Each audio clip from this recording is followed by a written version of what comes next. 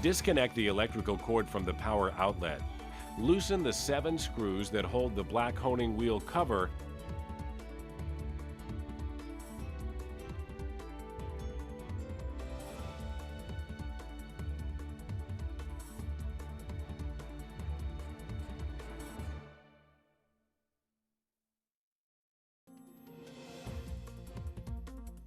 and remove the honing wheel cover. Turn the angle knob clockwise until the honing wheels are separated.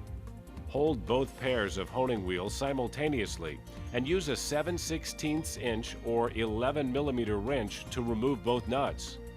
It is important to note that the right shaft is left threaded, so the nut is loosened opposite to a right threaded nut. Remove the 2 brass washers and the used honing wheels. Turn one pair of the new honing wheels opposite to the other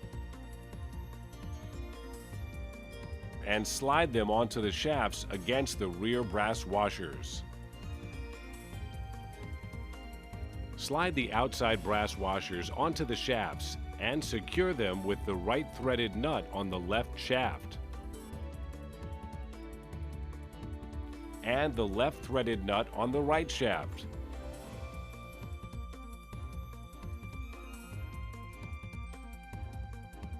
If the honing wheels rub, remove the honing wheels and use the spacers located behind the rear brass washers to adjust the honing wheel spacing.